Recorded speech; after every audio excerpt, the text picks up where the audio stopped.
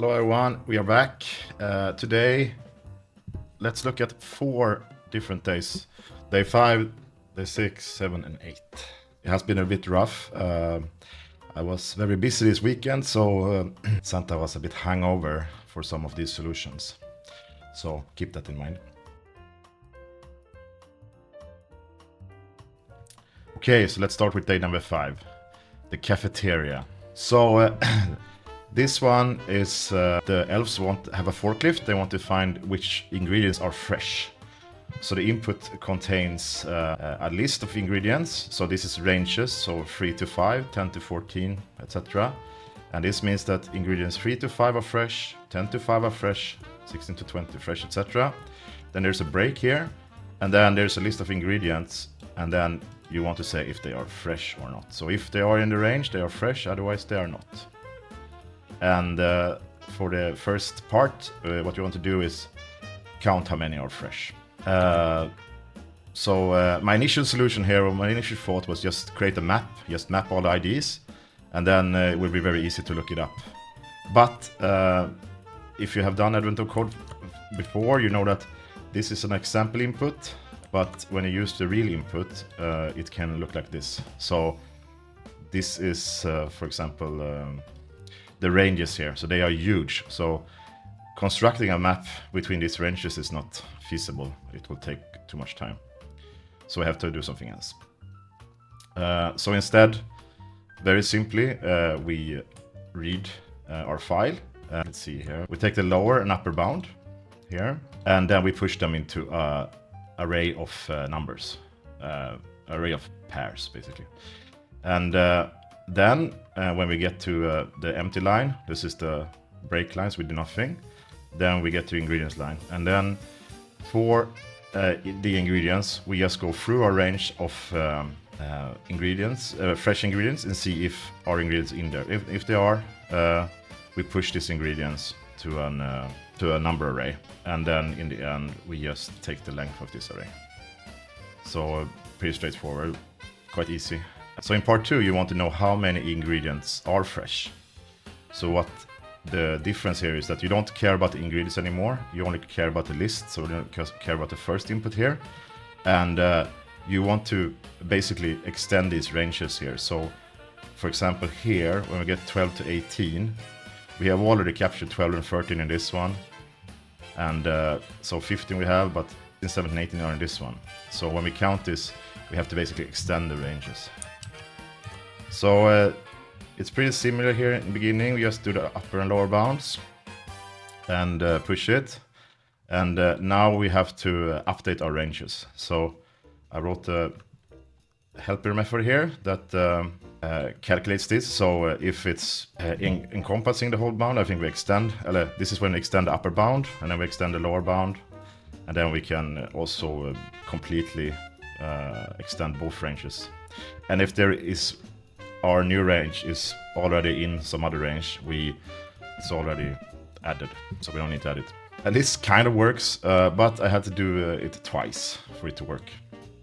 So I thought I could do it with one pass, but it doesn't work, since you might have something linking 2 ranges in the end. So, but when I ran it twice, I tested it, I thought maybe I need to run it again to update all the ranges. It worked. And then I get it back, and then now I will have basically all the ranges duplicated. So what I do is I remove uniques. I wrote a helper function that just remove pairs that are duplicates. And then we just add up the total of this. And then we go. So first one and second one. So both are pretty fast. Let's move on to number 6. So this one was a bit of a parsing exercise, I would say.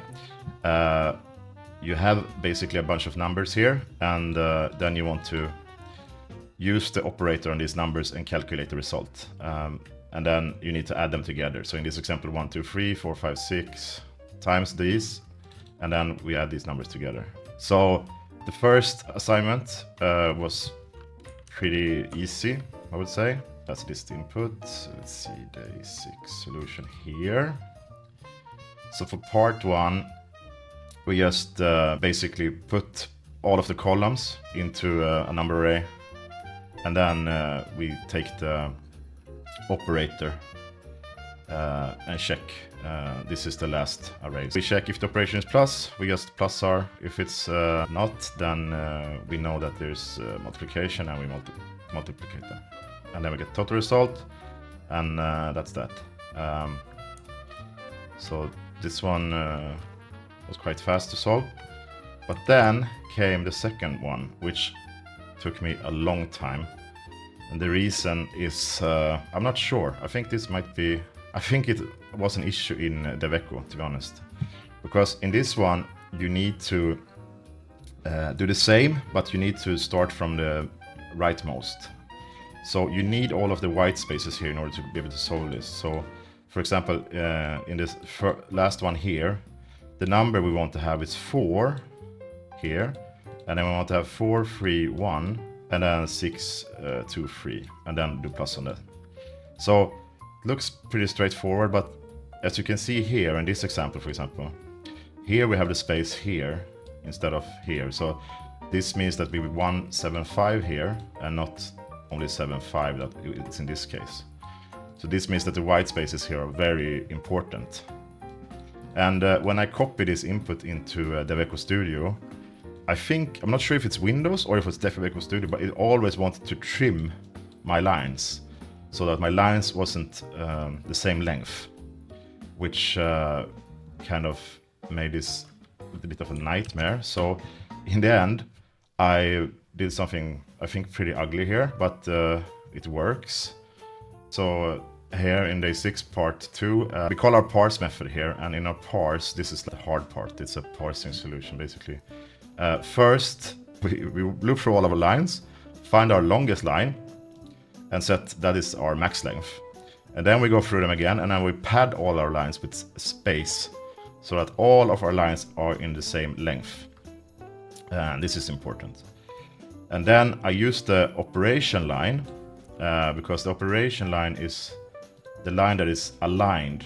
So basically, I start from the operation line, and then I count how many characters I should take for each problem. And that gives me like an index value, and then I can treat this as a substring. So I have a list of indexes, and then I parse each of these with the length of the substring. So let's see, yeah, it's here, and I use the index counter, and then I parse this as substrings, and then I will get a list of strings, which now are my numbers. And now I can create the numbers. And now I have to go through them vertically, right? So basically I take each number from each column, if it's empty string or space, we take all of them, and then we trim them afterwards. And then we can convert them to numbers, and then we can do the same thing as we did in part 1. Just add them, and that works too. So this solution, not proud of, but it worked. The second part was a nightmare when I was very tired. And let's look at number 7. So this was yesterday. In this one, we have laboratories. We have a teleportation manifold or something they call it. Basically, it looks like this. So we have a starting point where we will send a beam, and that beam will go below this one, and then it will split. So you can see here we split, come to this beam, and then it will split. And then it will go like this. And what we need to find out in the first solution is how many times do we split. So sometimes we split, here we split 1, but then we split 2, etc. And obviously the one is much larger. But this one, our first solution is basically we find the index of S, and then we know that here's where we're going to put our line. So then we start. I noticed that in the input we have every other line is like this. So I can start on index 2. I don't have to use the first index actually. So in index number 2 we start looping, and then if on our index we have this roof character, we make a split, and then we put an array. I thought I was going to need this later actually, but I don't need this. But basically we put two new beam position and push them for this new line. So count and then push them. You just do that, count the splits and then return. So for day 7, right? That's pretty good. But for part 2, now we want to see all of the possible solutions that can have if you have like this quantum tachyon manifold. So it can split either left or right, and we want to know all of the ways it can split. So for example, it can split like this if it goes to the left all the time. It can split like this, etc. So what I needed to do here was a bit of dynamic programming, basically. So what I did was that each time I split, I save where I am.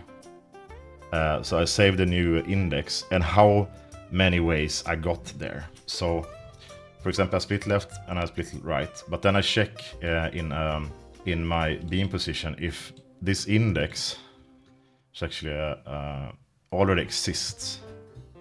And if it doesn't exist, I add it. But if it do exist, I added a count. So we also have a count here on the index. So basically I know how many times I got to this position on each row. And then we just do that until we get to the end. And then in the end, we can just count them up, and there we go. But it was a bit tricky, honestly, because I had an issue here where I thought I had a good solution, but it didn't work out, so I had to redo it. So in the end, it can go this many ways. So, but you can't really have all of the solutions. So you need to just save where you are. Otherwise, I think this will be too much to store. So it's a lot. On to day number 8. This is one I remember most of. The playground. So we have junction boxes that we want to connect. So these are coordinates in 3 dimension, x, y, z, and we want to know the distance between them. And then we want to calculate which one is the closest, and we always connect the closest ones.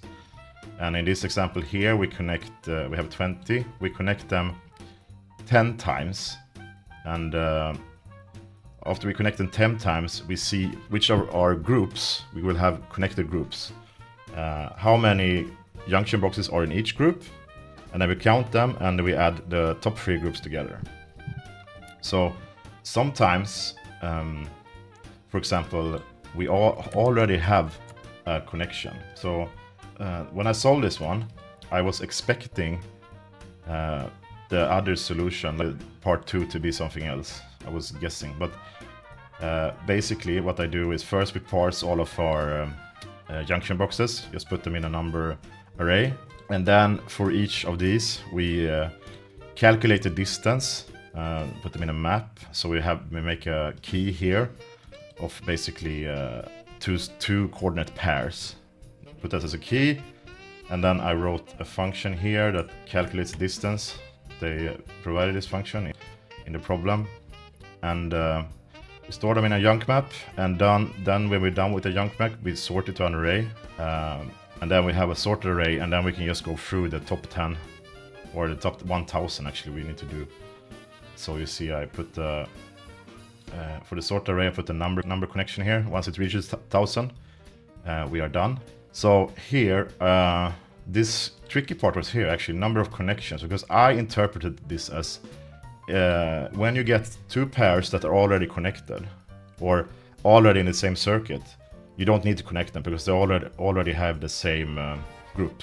So I thought then I don't need to have to count them, because that doesn't sound like I'm doing a connection or not. So first of all, I didn't count this, and then I couldn't get it to work.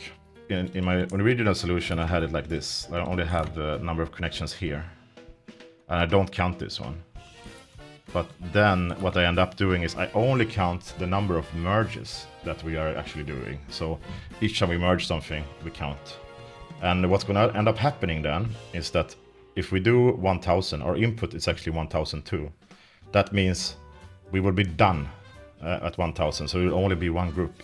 because if we don't count these, we will run out of merges. Because if you think about it, if you have like, 4 different things you need to connect, once you have done 3 actual connections, you will end up mathematically with a complete connection. There's no way around it. So we have to count this one. It was a bit tricky actually in the problem formulation here. But once I understood that, then it was pretty simple. We just added this counter here, or well, I moved it down so I count both of these. And then we put them in a map. So each ID or each coordinate has a corresponding connection they are in, or a circuit map. And each time we find 2 ones that are not in the same one, we connect these 2. I take the minimum value of these 2. And then for all of the former value, I go through the map again, and I update all of those connections that was in the old group. Because since they were 2 groups that can link, they are now 1 group. So I have to update all of the connected ones too. And then that works. But now they are actually asking for the top 3. So now we need to sort our circuits, get the top 3, and then add them together. So if we go here, 8, this one is a bit slow, yeah. Our top 3 is 24,360 value. And in part 2, this is actually where my previous thought came back, because now we want to connect everything into one large circuit. So now we want to know, when does it happen that all of them are connected? And when all of them are connected, what the last connection we did, how many, if you multiply the first x and the second x, what value do we get? And that's the answer. But this is actually what I was doing in the first one originally. So if we only count the merges, which means that we just ignore the case where we don't do anything, because we are in the same circuit. So we only count the actual stuff we merged to, then we will get our value here. So if you think about it, if we want to do 1000 connections, we want to connect 1000 objects, we just need to do 999, so 1 less. And that means that when we do this many merges, we will inevitably end up with a long chain of all of our items. So it's actually much easier, and you see I don't have to do anything in the end here. I don't have to get the top 3 or anything. So I just need to set this one to 999 and don't count these. That is basically the difference. So that was, I think, almost easier. But maybe it was because this is what I initially thought was the problem. If you don't realize that the number of merges has to be 999, then this might be a bit tricky, because you might do crazy amounts of loops and stuff to figure this one out. But that worked out well, so the second one was very fast to solve. So that's day 5, 6, 7, and 8. And we are on par, so it's looking good. There's 4 more days. Let's see when next video comes. Probably not. Maybe I'll wait and do them all in one video. Let's see. Anyway, that's it for these last 4 days. Have a nice one. Good luck with your coding. Bye.